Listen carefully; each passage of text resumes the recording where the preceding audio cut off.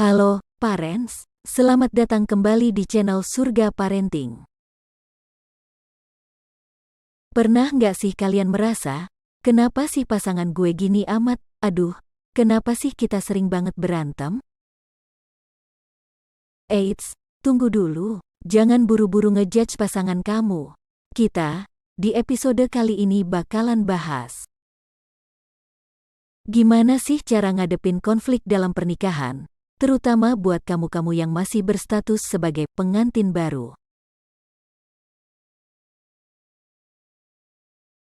Pertama ini kita akan bahas sesuatu yang sering dianggap sepele tapi sebenarnya punya dampak besar dalam pernikahan, yaitu mengenali sumber konflik. Pertama-tama, kenali dulu jenis-jenis konflik yang mungkin ada. Bisa jadi masalahnya sepele, kayak misalnya siapa yang harus cuci piring malam ini, atau masalah besar seperti pengaturan keuangan. Ingat guys, nggak ada masalah yang terlalu kecil kalau itu bisa bikin kalian berantem terus-menerus. Kenali dan ngobrolin masalahnya, jangan cuma didiamin. Tapi, nggak cuma masalah kecil aja yang bisa jadi pemicu konflik. Faktor eksternal seperti tekanan di tempat kerja, stres, atau mungkin masalah finansial juga bisa jadi bom waktu dalam pernikahan. Terutama nih buat pasangan muda yang mungkin baru mengalami berbagai tantangan kehidupan bersama. Jadi, gimana caranya biar kita bisa tahu dan mengenali sumber konflik ini sebelum jadi masalah yang lebih besar? Yap, komunikasi adalah kuncinya. Jangan takut untuk mengungkapkan perasaan dan pikiran kalian satu sama lain. Membuat safe space di mana kalian berdua bisa saling berbicara tanpa takut dihakimi itu penting. Kalian juga bisa untuk mencoba sebuah aktivitas sederhana, misalnya weekly check-in di mana pasangan dapat berbicara dan berbagi mengenai pekan mereka, termasuk tantangan dan perasaan yang mereka alami. Memahami bahwa setiap masalah, kecil atau besar, layak untuk didiskusikan adalah langkah awal untuk menghindari konflik yang lebih serius di masa depan. Jadi, yuk mulai biasakan untuk ngomongin apapun itu dengan pasangan dengan hati dan pikiran yang terbuka. Karena mencegah itu lebih baik daripada mengobati, kan? Nah, bicara soal ngobrolin masalah, gak kalah penting nih. Kita harus tahu gimana caranya komunikasi yang efektif. Mulai dari nonverbal, tonasi suara, sampai pemilihan kata. Jangan sampai salah paham cuma gara-gara kita kurang jelas ngomongnya atau malah asal ngegas tanpa dengerin pasangan. Komunikasi itu nggak hanya soal apa yang kita katakan, tapi juga gimana cara kita mengatakannya dan bahkan ekspresi wajah atau bahasa tubuh kita saat berkomunikasi. Dan pastinya, komunikasi itu dua arah. Jadi, selain ngomong dengan jelas, kemampuan untuk mendengarkan pasangan juga nggak kalah pentingnya.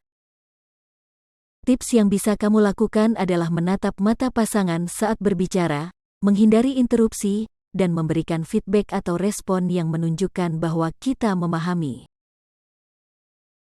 Selalu ingat, jujur adalah dasar dari setiap hubungan yang sehat.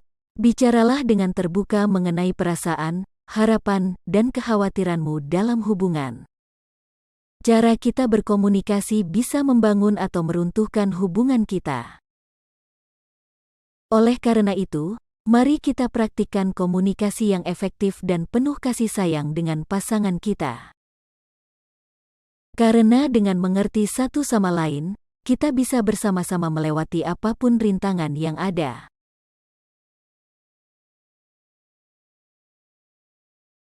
Pas lagi berantem, emosi bisa naik sampai ujung kepala.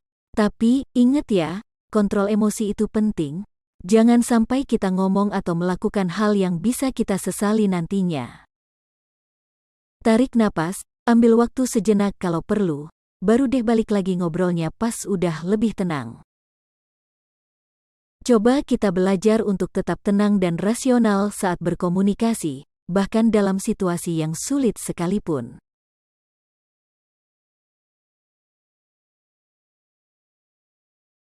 kita akan membahas sesuatu yang krusial setelah mengenali dan berkomunikasi soal konflik, yaitu mencari solusi bersama. Dan ini penting banget, gengs. Dalam perdebatan, jangan cari siapa yang menang atau kalah. Kalian berdua adalah tim, jadi carilah solusi yang bisa diterima oleh kedua pihak. Tetapi dalam mencari solusi, seringkali kita perlu untuk berkomitmen dan menemukan titik tengah. Kompromi adalah tentang fleksibilitas dan penerimaan terhadap perbedaan. Kadang kompromi itu perlu untuk menjaga kapal rumah tangga ini tetap berlayar lancar. Dengan menghargai pandangan pasangan, dan bersedia membuat pengorbanan yang sama adalah salah satu bentuk kompromi antara satu sama lain. Jadi, ingat ya, mencari solusi itu bukan tentang menang atau kalah, tapi tentang bagaimana kita bisa tumbuh dan berkembang bersama melalui setiap konflik dan perbedaan yang kita alami. Jadi, yuk kita terapkan semangat mencari solusi bersama dalam setiap tantangan yang kita hadapi bersama pasangan.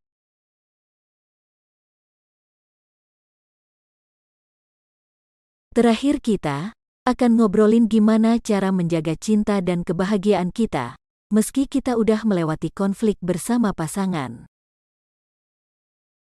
Rekonsiliasi itu esensial. Setelah konflik, penting buat kita untuk saling membuka hati, memaafkan, membangun kepercayaan dan mulai lembaran baru dengan semangat yang lebih positif.